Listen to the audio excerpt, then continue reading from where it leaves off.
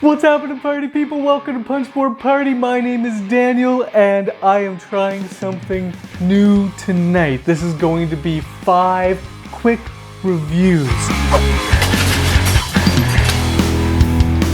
So if you've been following me at all, you might know that I've been looking for a job. I've been without a job for about 8 months and I have a job now. So let's say, woohoo, job. So I have a job, but it means that we are moving. So we're staying in Canada, but we're moving out west to Saskatoon, Saskatchewan. We've spent some time out there before. I'm actually returning to an old job that I had there, and I'm very excited about that. But that means that life is a little crazy. So you might have noticed that my hotness video didn't get up this week, and that's because I didn't do one. Our time gets consumed in all sorts of unexpected ways right now because we're planning for a pretty big move and doing a lot of things there. And so because of that, I still wanted to keep regular content coming to you guys. And there was a couple of videos that have just been on my mind to do. And I thought, well, let's just do what I want to do right now. Let's just get some really fun content out there for my party people. I dropped the reviews lately. I haven't been doing a lot of reviews. When I first started this channel, one of my goals for the channel was to give you as much access to as many board games as possible. I just wanted to show you guys games, because together we can look at and discover all sorts of games. But the problem with the hotness videos, and not that I don't like them, but a lot of the games I talk about we can't get our hands on yet, or for a while, because they're often Kickstarter announcements or new game announcements, and so we won't get to them for a bit. So I thought, well, why don't I do a video that also covers a few games at a time, but I've played them and I can actually talk about how they play, and you can actually go out and get your hands on them right now and play them yourself if you hear about something that interests you. So that's what we're doing tonight. We are doing a quick review compilation and it's gonna be a blast. We got some really great games to talk about. One last thing before I get started, I am going to give these games a ranking. I'm gonna rate them between 1 and 10, but just know it means next to nothing. The way that I rate these games is purely subjective based on how much I like them. So the rating might not reflect how good the game is objectively in terms of mechanics and how it plays for people who like that particular style of game. The score is just going to reflect if I like that style of game and then if that game is any good mixed in there.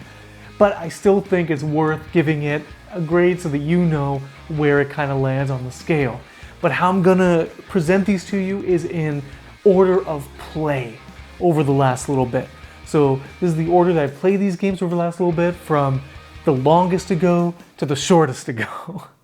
Let's get to it. First game I'm talking about tonight is Hadrian's Wall. And oh man, we are coming out with a banger. Hadrian's Wall is a roll and write of the heaviest degree. There are 2 full sheets of paper filled with iconography and ways to get combos and different areas to focus on. Basically, one sheet is the wall that you're building up your embattlements and your reinforcements, so then at the end of each round there's going to be an invasion by the Picts, and they're not going to be able to get through if you built up your wall strong enough. And then the other sheet of paper is your different areas of your civilization. There's your theater people, there's your merchant people, there's your aristocrats, and those different areas or types of groups are going to give you different influences throughout the game, different advantages throughout the game. But basically, Hadrian's Wall shines for me in just the amount of stuff that it gives you. What I've found with heavier Euro games is that the first round they usually give you a starting set of resources where you can do a whole bunch of cool stuff in your first round.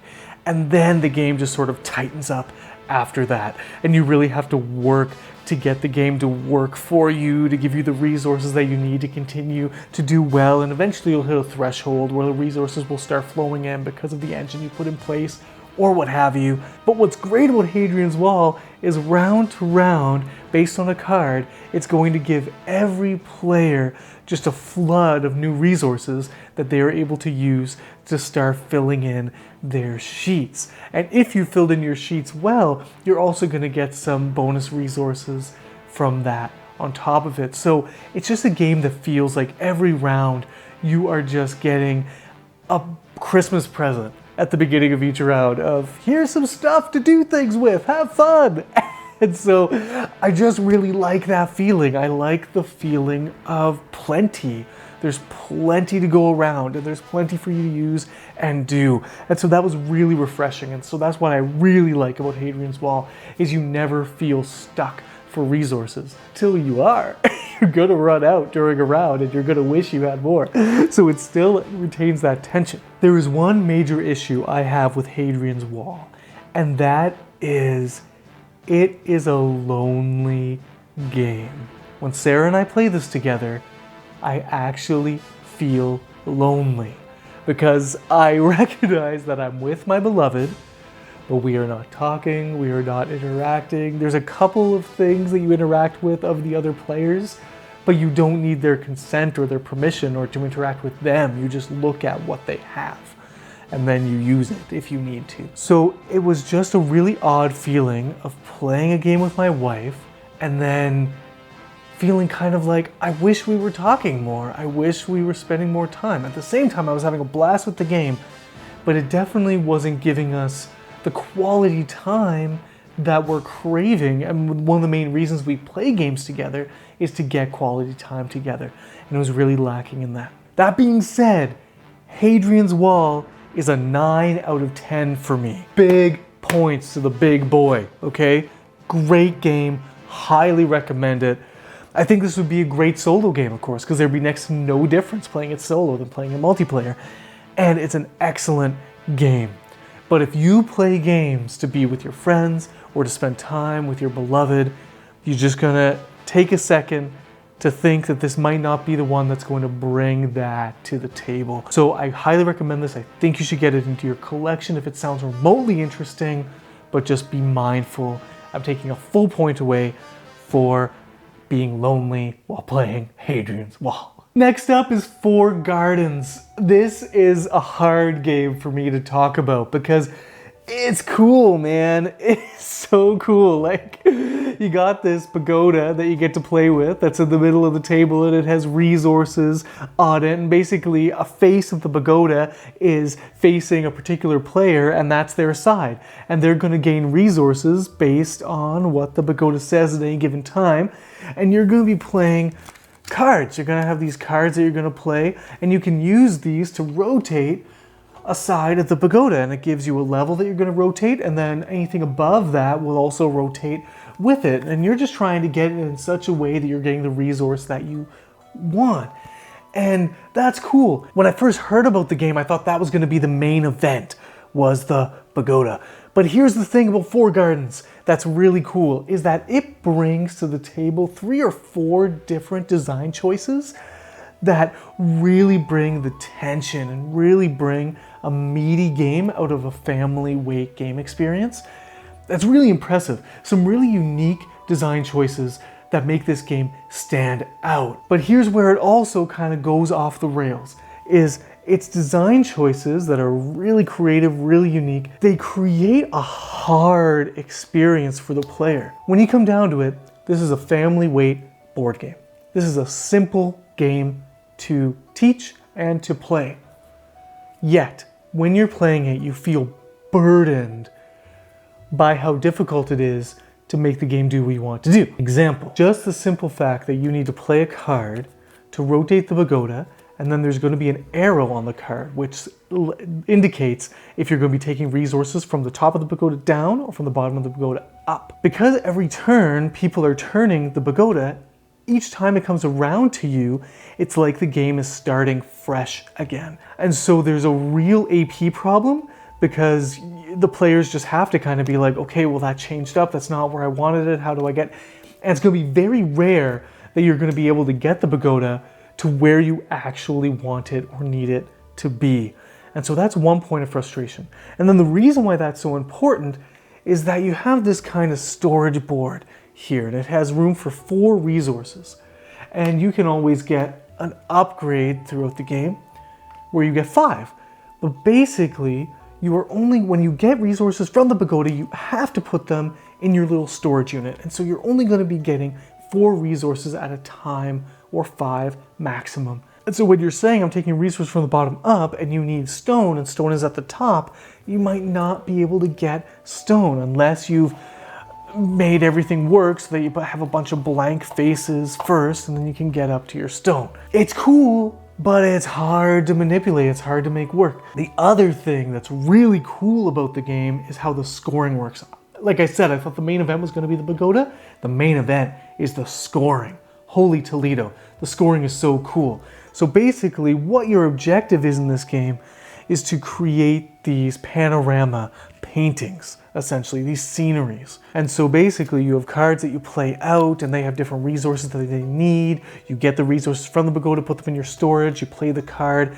Every card has a wheelbarrow on it. You play the wheelbarrow symbol, discard the card, and then you can move resources around any which way you want. Once a card has all of its resources fulfilled, you flip it over and you start adding it to a panorama. And so you might be working on the blue panorama or the green panorama or the orange panorama. Once you complete a card, you're going to look at the top left corner, and that's going to indicate what score track out of the 4 scoring tracks you're going to move up. And so when you do that, if you're adding to a panorama, you're going to rescore what you're adding to. So if I've already built a card that's letting me move up the yellow track, and then I play a card that lets me choose which track to move up, I can move up the blue and then I'll move up the yellow again.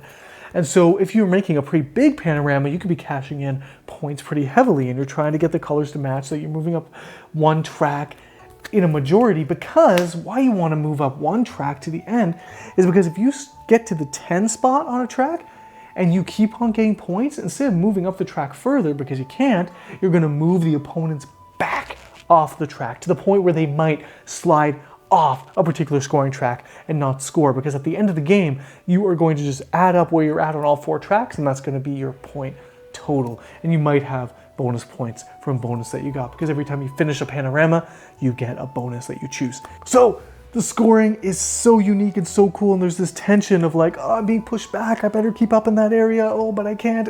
But at the end of the day, there's lots of luck of the draw, there's a lack of control in how to spin the pagoda, but at the same time, the uniqueness of the scoring, the uniqueness of having to worry about this storage unit stuff, for me, it comes together in a nice package. I really enjoy the game, but the turns take forever, and it takes forever to get around the table, and everything just kind of crawls. If you are enjoying the puzzle, you are having a great time, and it doesn't matter that it's taking a long time. I don't actually recommend this to most of you to buy. I think this is too much work for how light it is, because then once you play it a few times, you'll probably pick some things over it to play with family.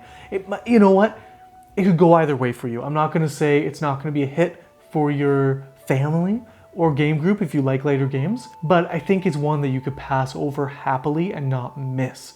At the same time, I think this is going to be on people's hidden gems list in the future. I think you're going to find this on underrated games lists all over the place because it does pack a punch. So I'm rating it a 7.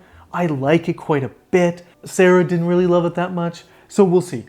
But I'm not really recommending it. 7 for me, but you know, you can safely pass on it. Next, with the guys, and I don't own it, so it's not here to show off, so I'll have to find some photos to show off here in the video, but Mind MGMT, Mind Management. So this is a game designed by a friend of ours, Sen and Jay Cormier, and this is a really cool game based on a cool looking graphic novel. I haven't read the graphic novel. This is a hidden movement, social deduction kind of game. And here's the disadvantage that this game has for me right off the hop is just I don't particularly enjoy hidden movement games. So my management works that there's a grid board and each square has different elements. And so, you know, there might be palm trees or swimming pools or billboards or what have you. And so basically, one of the core actions that you can do is ask a question. You know, have you visited a spot with billboard? And then they choose one of the areas that they've gone to in the past that does have a billboard on it. And so you can start kind of deducing and tracking down their path and trying to figure out where they are. That being said, Mind Management wasn't my favorite game I played this week. But it brings something to the table that I really enjoyed. There's 4 characters trying to catch this person. And when you play a game, all 4 characters are in play, no matter how many players are actually playing. And so what's really cool is we had a full complement, so we were good. So we had 4 people, each controlling one of the characters, chasing after the person that was hiding. But what's really cool is that a round plays out where you have 2 characters take their turns, and then the villain takes his turn, then 2 more characters take their turns, and then the villain takes their turn. And so that's kind of how a cycle works. And what I really enjoyed about this is that there was no particular order for the hero characters to take. You just decided amongst yourselves who was best to go first and second, and then you waited for the villain to go again, and then the other 2 players that didn't go would go. And I just really liked how this broke up the game, in that it didn't let us, as the good guys, do too much before the bad guy was able to do something and mess things up. And so that created some tension, where all we could do was kind of set up a move and then hope that what we set up could still kind of work for us as we went back around. But in between, the guy's moving again. So I really liked how that kind of splitting up the hero turn added a cool tension and decision making into the game. So kudos for that. I really enjoyed that design element. And so that boosted the experience for me up a bit. So Mind Management, not my favorite. I'm giving it a 6, but it's largely to do with the fact that I don't like hidden movement games, but I really did enjoy the playthrough. It's definitely something for me that I wouldn't go and buy myself. I wouldn't suggest playing it myself, but it's a good time. And if you like hidden movement games, it's definitely something to work out, because there's some really unique features and how it plays out that I think you'll enjoy. Okay, let's keep trucking. We're talking next about Dinosaur Island. I played this with my buddy Josh. He saw my Shelf of Shame video and he said, hey, come on over and let's get some of your games off your Shelf of Shame. And I was like, thank you, friend. And so Dinosaur Island was what we chose to play. Now, big caveat on this one. We only played 2 short games of this. I was still learning the rules as I was getting it out on the table at his place. And so we just decided to play a short game because we were learning it. And the short game was really short. And so we were getting late on time though. And so we decided to play another short game. So my review is based on kind of a short experience. Now, again, the fact that the short game exists is really cool. And it gives a nice taste and it gives a nice punchy experience and a fun experience in a short time frame. And it's kind of like, I've never played a big chunky game like this in such a short period of time before. And that was just really unique. Now again, I wasn't getting, like I said, all of what you could get out of this game from that short play, but it was cool that it kind of works. It works to play a short game with it. Now let's talk about a couple of things that I didn't love about Dinosaur Island. So when I was looking into Dinosaur Island originally, the dice. So there's dice that you roll at the beginning of a round and they have different DNA on them. And then you have your scientists. And you send your scientists out, and when you kind of claim a dice with your scientists, the number on the scientists, 1, 2, or 3, they're going to multiply the DNA that are on the dice that you're choosing. So if there's 2 blue DNA and I play a 3, I'm going to get 6 blue DNA as long as I can store it. And so that's pretty cool. And I thought that that was going to be the primary way that you were going to get DNA. But then there's a later phase where you're able to gain specialists, which gets you extra workers and kind of an ongoing ability, where you get attractions for your park, which is another way to attract customers. And in the market, you're going to be getting these new worker placement spaces to add to your lab area, to kind of customize your lab area and kind of make spaces available that will allow you to do all the things in the game more easily. And so you have this market, and along with that market, there's also ways to just straight up buy DNA that you need. And so there's the dice to get DNA, which is helpful, but there's also just being able to buy it straight from the market. And while the dice are cool, the dice also come with threat. And the higher your threat is, and as long as you don't keep your security up to match your threat, your visitors are going to get eaten and they're not going to get you victory points at the end of a round. And so I was kind of shying away from getting DNA from the dice because I didn't want to get threat, and I was just kind of like, you know what, I can get it other ways. There's different things I can do here. Phase with the scientists and the dice didn't land for me as well as I thought. the dice just didn't play as much of a role as I thought. I thought it was going to be more central to the game. But again, that whole phase with the scientists, it just felt,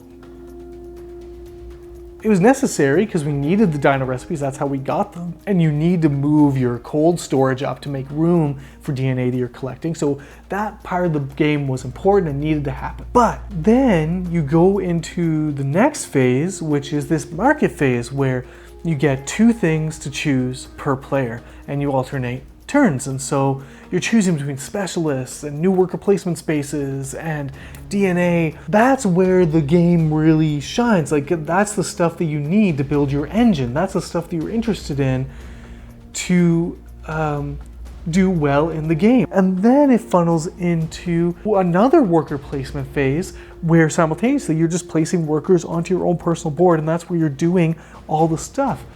And so again, I get why you need the first phase in the game, but it just feels like you're waiting for the game to or the round to really begin and get interesting in the second and third phases. So that was my experience of it. I felt like it was just a little tacked on.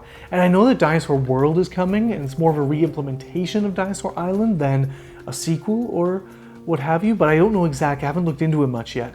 But I'm interested to see if they streamlined some of that stuff. So at the end of the day, I'm giving Dinosaur Island a 7. I think it's good. That's quite good. I'll play it again. I think I'll like it more when I play a fuller version of the game. But again, there's just a few things that kind of with me. I think the first phase felt out of sync with the rest of the game, and then just a difficult game to get to the table, not to play, but just get to the table. So 7. I think if it interests you, we may as well wait around for Dinosaur World, right? I think. Okay, last game to talk about tonight is It's a Wonderful World, and it certainly is a wonderful world. This game is amazing. I love this game. Okay, so full disclosure, this game fits right into my wheelhouse. I love light engine builders. I love just, you have colors and sometimes numbers, and you are just trying to build things up so that you can do more things. But basically you draft, and the draft is really cool because you're worrying about a couple of things. So there's the card itself, and when you build the card, you're just adding the cubes to the card that the card requires, and then you add it to your little civilization card. That's an empire card, I guess they call it. You add to your empire card, and it's going to give you an ongoing resource that at the during the production phase in each round, you're going to get all the resources that is in your empire. And so, like Splendor or something like that, you're adding cards to your tableau so that getting a particular color, a resource, and working towards particular colored cards becomes easier based on the colors that you focus on. There's just so many cool things about it. So I'll just explain it briefly. So there's this really interesting decision as you're drafting. Am I drafting a card because it's something I want to construct and then put on my empire card later and have an ongoing benefit of a resource that's going to continue coming to me? Or am I getting it to construct it because of the victory points that's going to earn me 1 victory point for every lady token I have? We call them the man and the lady, but I think it's the general and the financier. But basically, you're looking for the points that it might be able to get you, you're looking for the resources that might produce you from round to round, or you might be looking at just the immediate one-time resource that you can get from it by discarding the card. And so the draft itself has this really great tension to it where you're doing a lot of your thinking right then and there. And then you get to work during the production phase of you go from resource to resource and you look at who has the most of a particular resource coming into them that round. They're going to get a little bonus of a financier or a general, and then you move on to the next resource and the next resource and the next resource. And this means that you could be building cards, adding them to your empire card, which will make gaining another resource more profitable in that same production phase. And so you're building cards, and you're just paying attention to what kind of points they're going to be getting you at the end of the game. And it's a lot of just majority stuff. So like 1 point for every black card you have in your empire, 1 point for every science card you have in your empire, those kinds of things. And so you're just trying to make things synergize the best that you can. So here's the thing. I love Splendor. I love Century Spice Road. I love Kashgar. I love these card-based engine builders. With those other games that I mentioned, there's inevitably a moment in the game where things stall out. A time where you're kind of treading water. This game doesn't have that, at least not that I've experienced so far. Because the draft happens, it's kind of like a pre-planning phase where you get to see what kind of cards are out there and you get to kind of make some decisions early about what strategy you're going to go for in that round, what you're going to build, what cards you're going to use as just their straight resources or not. So you just have a lot of time in this game during the draft phase and then the planning phase where you actually designate what cards you're going to construct and what cards you're going to use for their resource and what have you.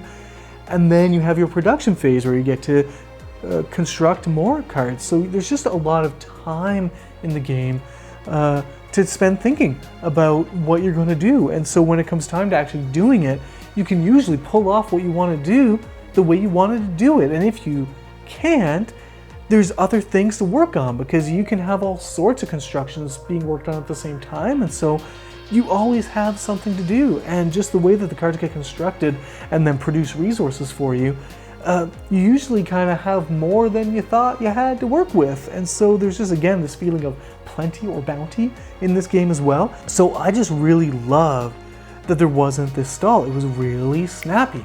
A really quick game to play too. It says 45 minutes on the box, and that's about right. You're not going to spend a lot of time playing this game. It's going to go fast. There's not downtime. You're not going to feel like there's wasted turns. It's always going to be a good time. This, as far as I'm concerned, is the best of the bunch when it comes to light engine building games. It's a wonderful world. Highly recommend it. Get into your collection now, especially if you primarily play with your beloved. This is a great two-player game. Just get it, love it. It's awesome. 10 out of 10. It's a wonderful world. So there we have it, party people. Those are 5 board game reviews. Quick reviews. I don't know how quick it actually was, but if you like the style of video, I'm testing it out. Let me know if you like this or if you like a more in-depth look at an individual game. I need some feedback on the content that I do to know that you are liking it or what you like. So just trying this out. I hope it worked for you. Just send good vibes my way, or if you're a praying person, pray for me as we get set to move and all of those things. Just a little bit of heightened stress in the household. So pray that we just love each other and get ourselves out west in all one piece. And you know what? Until next time, party people, have the best.